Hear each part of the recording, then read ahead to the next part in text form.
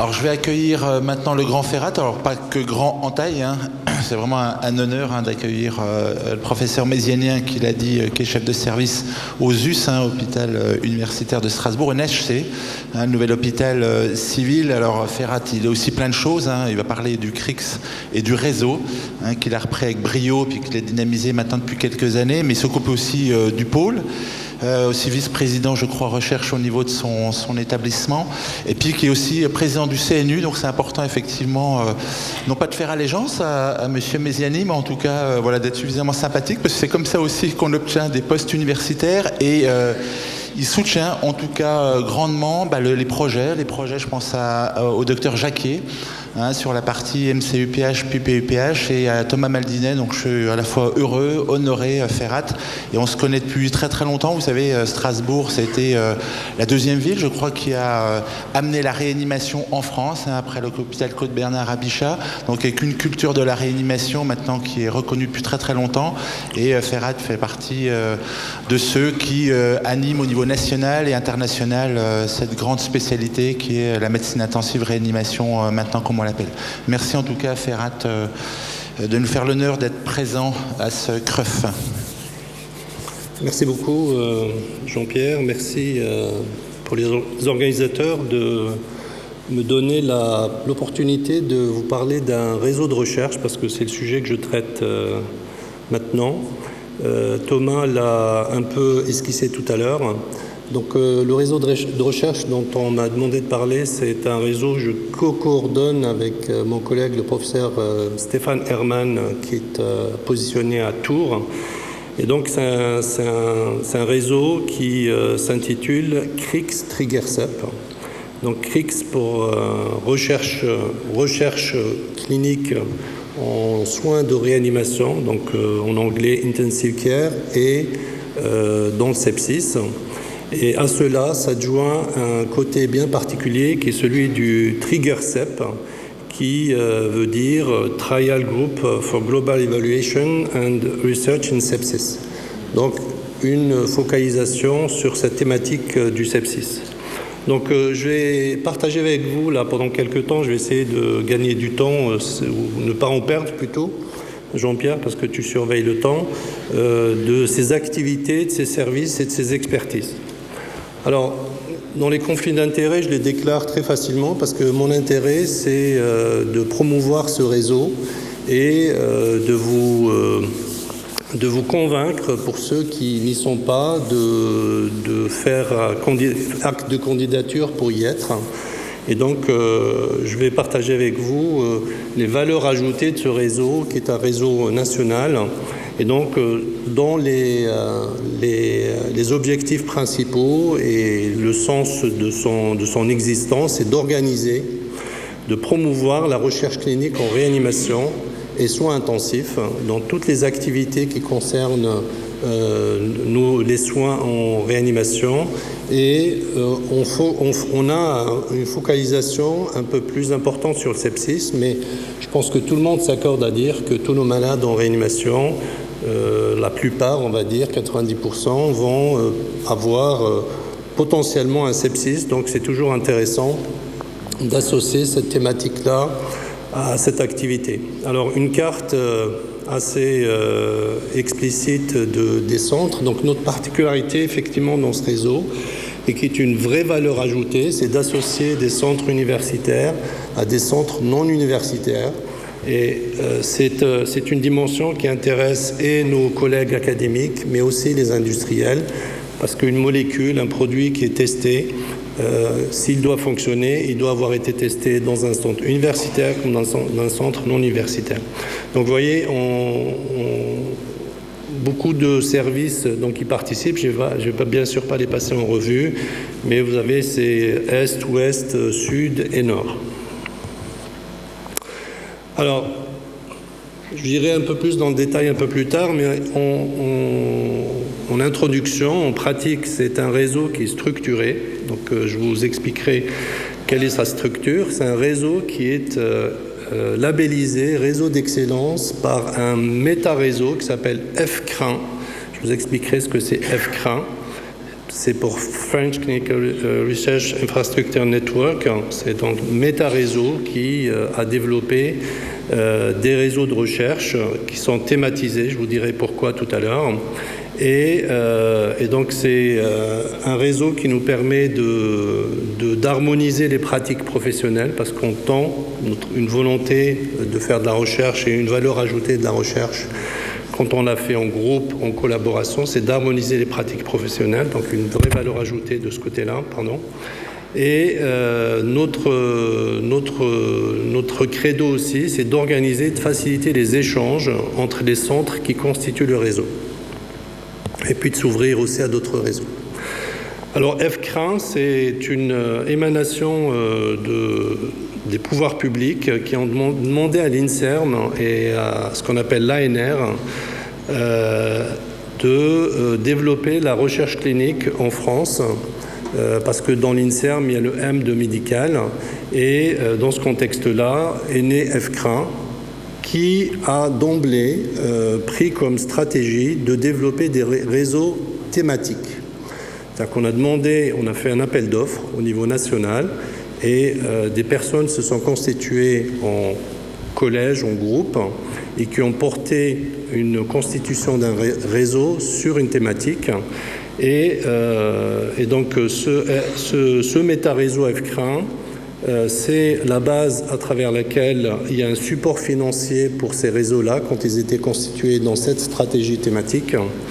Et donc la coordination, l'animation et la mise en œuvre de systèmes de management de la santé, ça c'est quelque chose qui est apporté par le réseau, le méta-réseau FCRIN. Il y a un accompagnement juridique. On nous permet d'avoir accès à des veilles à appel à projets, même si nous les avons via nos universités, mais ça complète, notamment avec une ouverture sur les projets européens. On nous permet, sur la constitution d'une base de données qui s'appelle Olga, d'avoir des indicateurs d'activité. Charge au réseau de renseigner cette base de données. Nous avons accès à des formations et éventuelles prise en charge de ces formations-là. Les BPC peuvent être organisés, dont on parlait, notre collègue infirmière, on a parlé tout à l'heure, les BPC peuvent être organisés par FCRIN. Et ce FCRIN nous permet aussi d'avoir une meilleure visibilité parce qu'il est en relation très étroite avec son homologue européen qui s'appelle ECRIN. Alors, pourquoi est-ce qu'on a opté, on a candidaté pour être réseau de FCRIN, en plus de ce que nous étions, c'est-à-dire réseau de recherche en réanimation? Parce que le sepsis, comme vous le savez, est devenu une priorité de l'OMS, une priorité de santé mondiale en 2017. Vous voyez, près de 50 millions de cas de sepsis estimés dans le monde, donc des chiffres peut-être que vous connaissez déjà. Et ce qui est assez flagrant, c'est qu'on rapporte 11 millions de décès qui sont liés au sepsis dans le monde. Et ça, c'est quelque chose qui est préoccupant. Et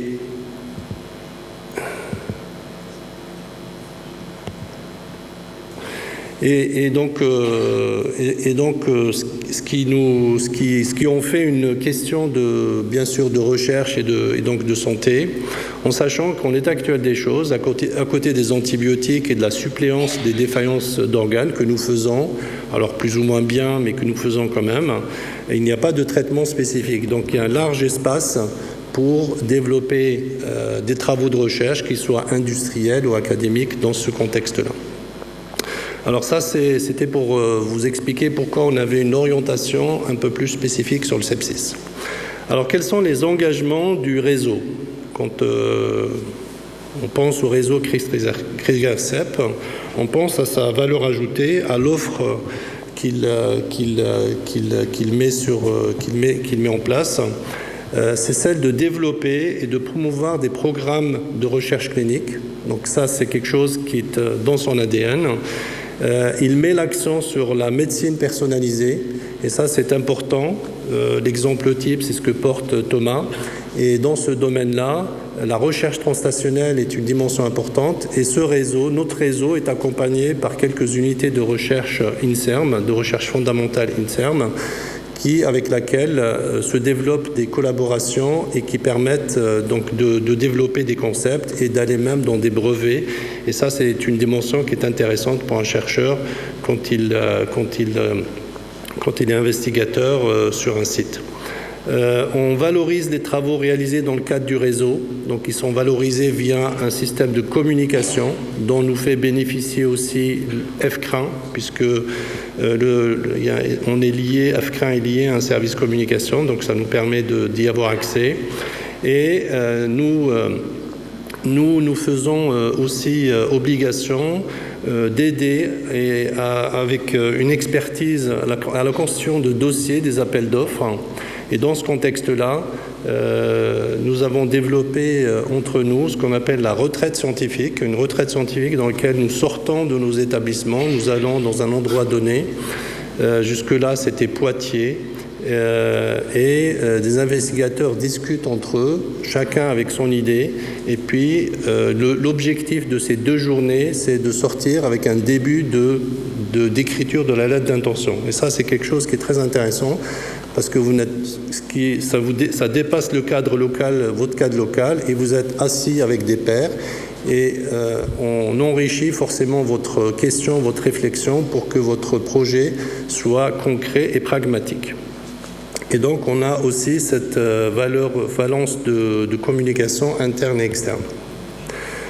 Qu'est-ce qu'on demande aux centres qui sont inclus dans notre réseau?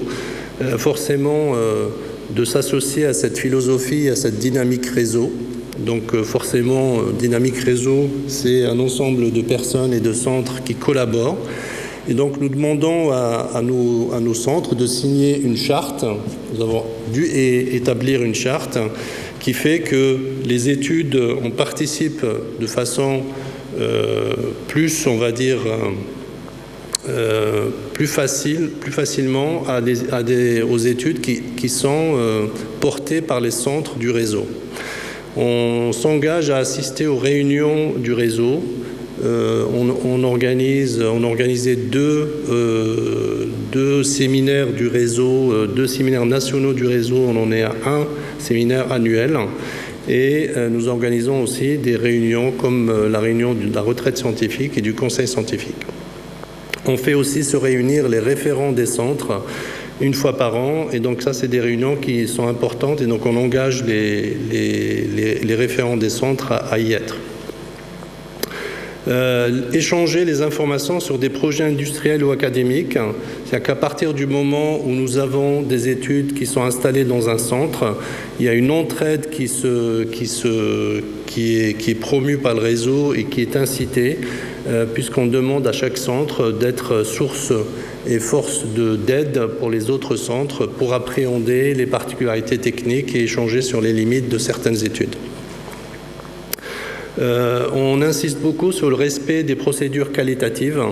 Et donc ça, c'est une donnée importante puisque la qualité, vous disiez tout à l'heure que la recherche, ça devait être rigoureux. Effectivement, c'était rigoureux. Donc un système de qualité doit être installé dans chaque centre et suivi, ne serait-ce que dans le respect des bonnes pratiques cliniques.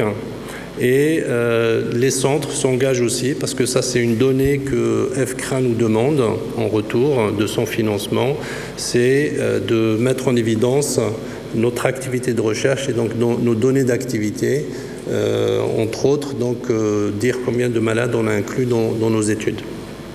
Alors quelques chiffres qui peuvent peut-être vous paraître pompeux, mais on va quand même les donner. Ils ne sont pas tout récents de 2024. Vous voyez, nous étions à 42 centres. Je pense qu'on va pas aller vers 44, voire 45 centres. On a fait près de 6000 inclusions en 2023, par exemple. Nous avions 226 études cliniques en cours dans les différents centres quand on a fait le point sur ces études-là. Et chose qui est intéressante, notamment pour de la recherche industrielle et des phases précoces, nous avons dans nos centres 4 centres qui sont habilités pour faire de la phase 1.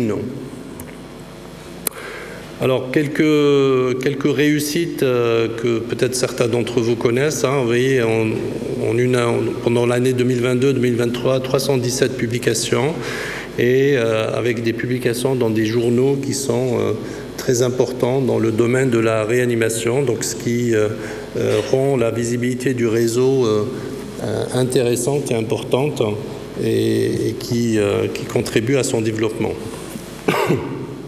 Alors, dans les éléments dans lesquels on a pu contribuer au sein de notre réseau et certains centres et certains investigateurs, on a par exemple participé aux nouvelles définitions du sepsis et participé à cette initiative qui s'appelle la Surviving Sepsis Campaign. On a une représentation à l'international, à la Société européenne internationale de sepsis, et de nombreuses contributions. Certains d'entre vous ont participé à l'initiative qui s'appelle REMAP-CAP, dans laquelle c'est une étude internationale multicentrique mondiale dans laquelle le réseau a participé et se trouve aussi dans le conseil scientifique de cette initiative. Alors une autre particularité, vous le savez peut-être, je vous disais qu'il n'y a pas de traitement spécifique pour le sepsis, il y a des traitements adjuvants. Donc parmi les traitements adjuvants qui sont reconnus dans l'état actuel des choses, c'est la corticothérapie. Par exemple, la corticothérapie dans le sepsis est maintenant un domaine qui est assez connu et reconnu, même s'il est encore en étude, dans le cadre de l'étude RECORDS. Et vous savez que la corticothérapie a été associée au traitement de la pneumopathie communautaire. Ça, c'est une belle réalisation de nos collègues de Tours qui ont montré ce bénéfice-là de la corticothérapie chez les malades qui arrivent en pneumopathie aiguë communautaire grave. Alors, on peut aussi se valoir, on va dire, de certaines réussites comme celle que porte Thomas Réunit, dans lesquelles on est associé comme réseau de recherche, en sachant que notre collègue, le professeur Gilles Lianen, qui était l'ancien coordonnateur de ce réseau, a pu avoir une FHU, un projet qui s'appelle RHU, Records, dans lequel certains d'entre vous travaillent aussi, qui est arrivé récemment à avoir un financement pour développer un IHU autour de la question du sepsis. Et Kriegs-Trigger-Sep est la cheville ouvrière dans le sens investigation clinique dans ce réseau. Récemment, ma collègue, professeur Helms, a pu aussi réussir un appel d'offres pour une FHU sur le centre universitaire de Strasbourg. Et là, on a des exemples de l'aide d'intention et de PHRC, de réussite à l'appel d'offres PHRC dans notre réseau qui sont effectivement importantes et qui sont le fruit de ce travail collaboratif et de cette initiative de retraite scientifique qui clairement permet d'enrichir nos projets. Alors l'organisation structurelle de notre réseau, parce qu'il faut aller quand même dans le détail pour que vous sachiez que les choses sont organisées et discutées. Donc on a un bureau exécutif qui est porté par excusez-moi, les coordinateurs. Donc je vous ai cité les noms tout à l'heure. On a un chef de projet qui s'appelle Florian Bernard. Pour ceux d'entre vous qui connaissaient Laure Wasniewski, elle a été remplacée par Florian Bernard, qui est donc à disposition. J'ai transmis ses coordonnées. Et nous avons un temps secrétariat qui, même s'il n'est pas pris en charge financièrement par le réseau et par FCRIN, il existe quand même, mais il est réalisé par mon assistante, Madame Kutsch. On a un conseil d'administration dans lequel on discute les grandes questions et les grandes décisions, on les prend dans ce conseil d'administration. Et donc ce conseil d'administration est bien sûr inclut le bureau exécutif dont je viens de vous parler. Et puis il est composé par ce qu'on appelle les work packages. On en a 4. On a un work package investigation clinique qui est porté par Emmanuel Mercier. Un conseil scientifique qui est porté par le professeur Helms et le professeur Jean-Pierre Fratte de Poitiers. Un work package, je crois, qui est celui des sciences humaines et sociales, qui est porté par les professeurs Jean-Pierre Queneau et Jean-Philippe Rigaud. Et nous avons adjoint un 4e work package qui est spécifique à la pédiatrie, puisque des pédiatres sont venus nous voir pour s'associer à notre réseau, parce que les réanimateurs pédiatres ont les mêmes questions que nous chez l'enfant, et donc ont souhaité rejoindre notre réseau. Et donc ça nous permet, nous, de collaborer avec une dimension pédiatrique, parce que nous n'avions pas avant. Donc ça, c'est une initiative qui date d'il y a 1 an. Et donc ce work package est porté par les professeurs Tissière et Bergouniou, qui sont à Paris l'un et l'autre.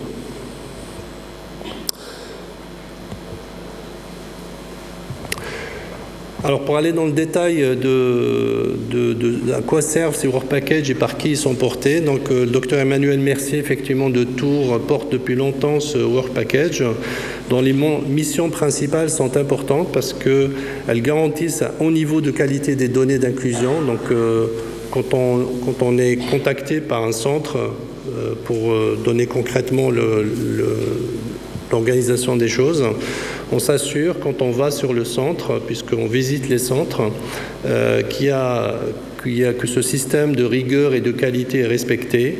Et donc, on sélectionne les nouveaux centres sur ces éléments-là.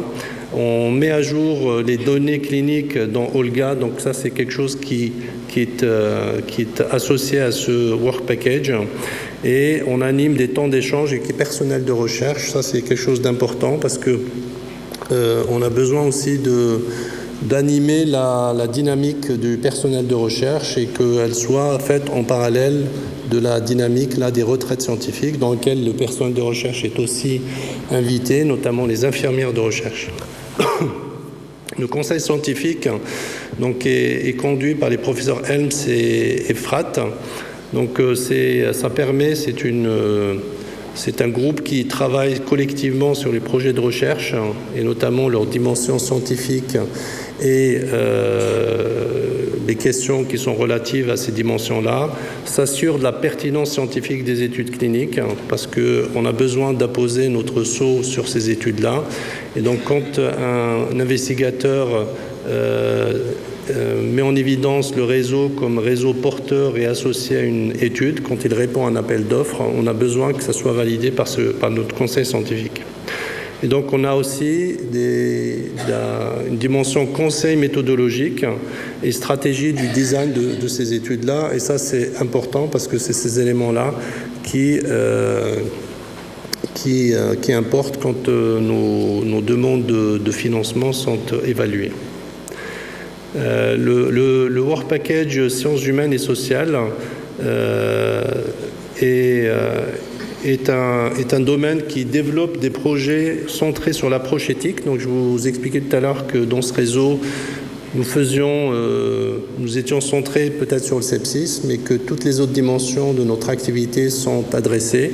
Et donc, je remercie Jean-Pierre et Jean-Philippe de mener ce groupe de travail qui est très productif et dynamique. Donc, nous avons, comme je vous le disais tout à l'heure, un séminaire annuel.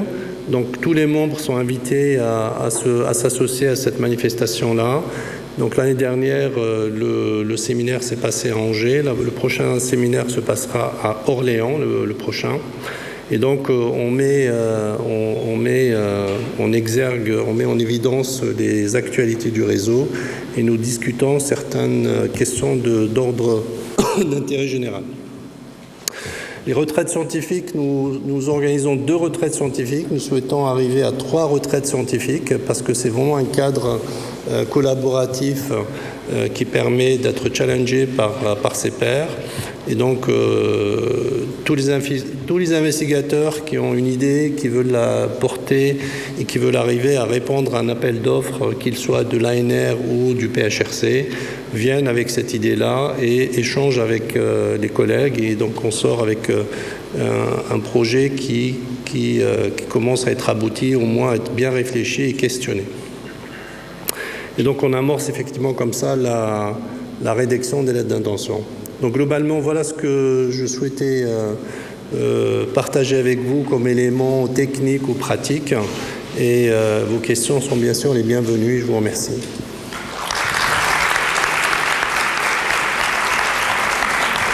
Un grand merci à toi, Ferhat, pour ta présentation surtout l'énergie, le courage, le dynamisme, parce que c'est pas simple d'être chef de service, c'est encore moins simple de réunir 42 centres ou services au sein d'un même réseau. Donc ça, c'est un vrai travail pour lequel, effectivement, ça demande beaucoup à la fois de responsabilité, mais de temps.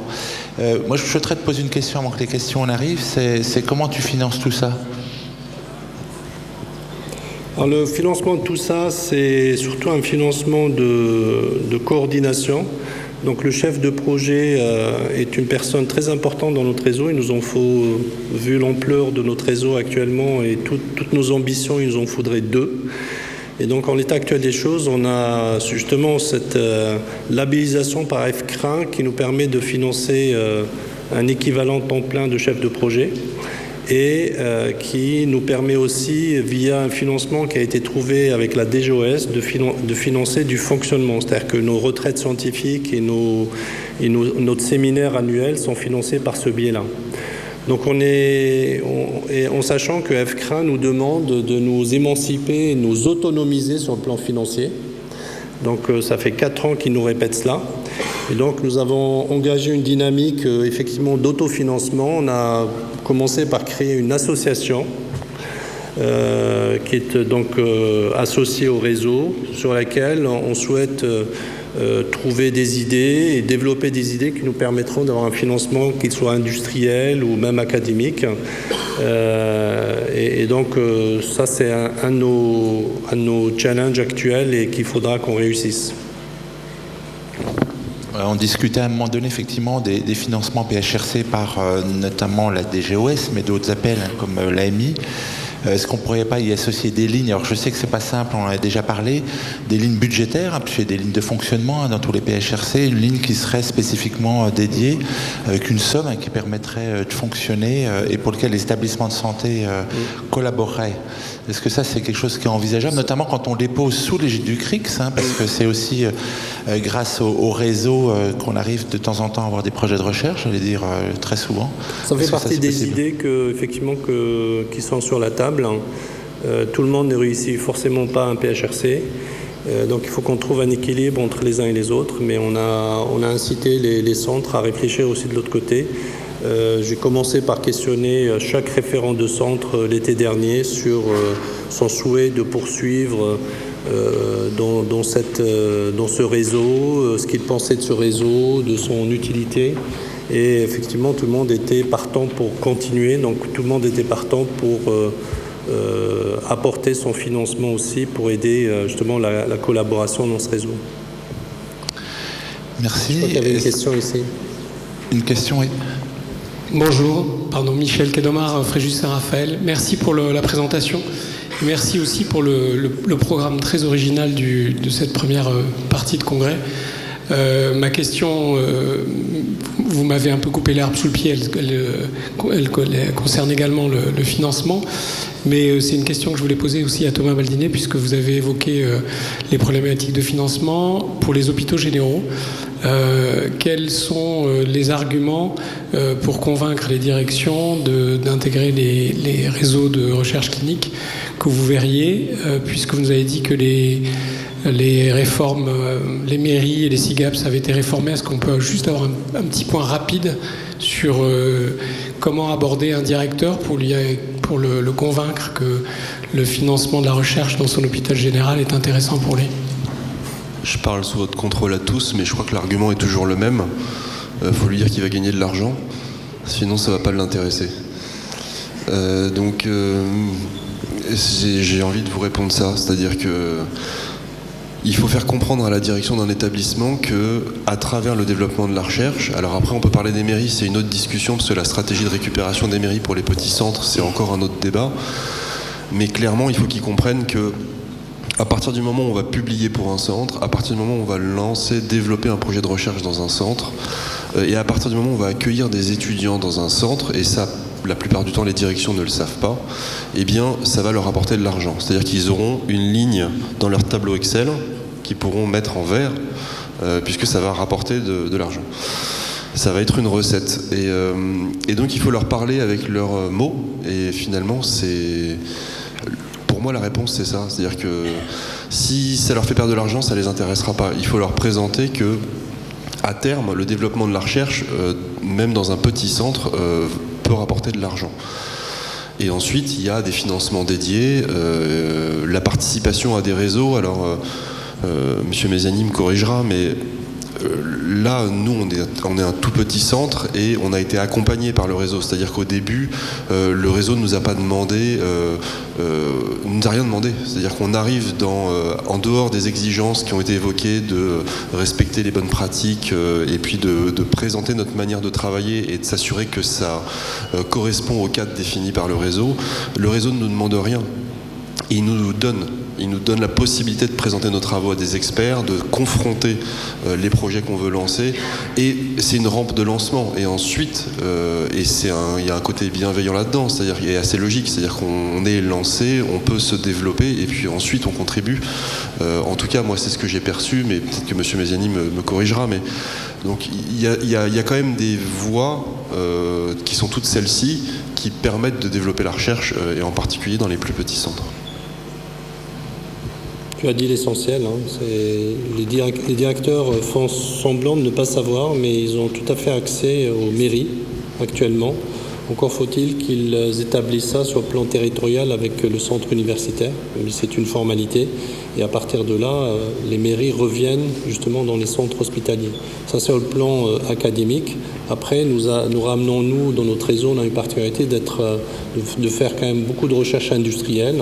Et les protocoles de recherche industrielle sont clairement des études qui financent 2, 3, 4 fois plus qu'un projet académique, la recherche. Et donc ça, c'est quand même des financements qui rentrent aussi dans la caisse de l'hôpital. Donc voilà, c'est effectivement la question, elle est financière. Oui, c'est quand même plusieurs dizaines de millions d'euros. Nous, Sèche-Dijon, c'est autour de 25 millions d'euros. Je pense que Strasbourg, c'est au-delà de 30-40 millions d'euros. Avec beaucoup de bénévolat quand même derrière, puisque c'est quand même beaucoup de praticiens. On parlait de postes tout à l'heure qui sont dédiés, mais un poste d'infirmière, c'est pas très cher par an.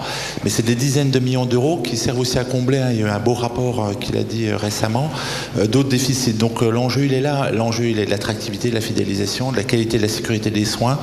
Quand on veut être performant, et donc il faut y aller, effectivement. C'est nous qui sommes au front, j'allais dire, qui sommes auprès des malades, qui sont à défendre notre spécialité, notre activité, et le réseau, comme c'était dit par Thomas, soutient parfaitement bien. Donc il y a comme une petite obligation à participer, à inclure à minima, mais ça n'a jamais été, en tout cas, quelque chose qui était beaucoup mis en avant, et Ferhat le disait tout à l'heure, ce qui est important, c'est l'exigence de qualité, de participation, d'essayer d'animer. Et je rejoins ce que Ferhat avait dit, on a besoin d'animateurs pour le réseau, on a besoin d'avoir du monde, parce que après tout le monde revient un peu dans sa maison, et on oublie un petit peu les choses, donc on a besoin de cette animation au niveau national. Donc je remercie en tout cas Ferhat de le faire en notre nom et pour le bien des patients, dans le domaine du sepsis, mais pas que, comme ça a été expliqué. Alors peut-être une dernière question, et puis si vous êtes d'accord, on recommencera peut-être qu'à 11h30. Alors je m'avance un petit peu sur les modérateurs suivants, mais ce qui est important, c'est qu'on puisse échanger un petit peu en dehors de cette salle, autour d'un café, et puis autour des partenaires qui nous accueillent, en tout cas pour ces 2 jours. S'il n'y a pas d'autres questions, je vous remercie pour cette session. Merci aux orateurs, merci à vous d'être présents, et à bientôt. Merci à tous.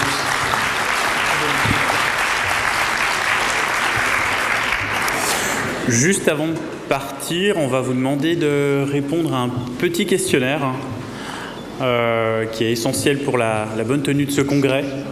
Donc comme tout se fait désirer, vous aurez après votre croissant et vos cafés qui vous attendent.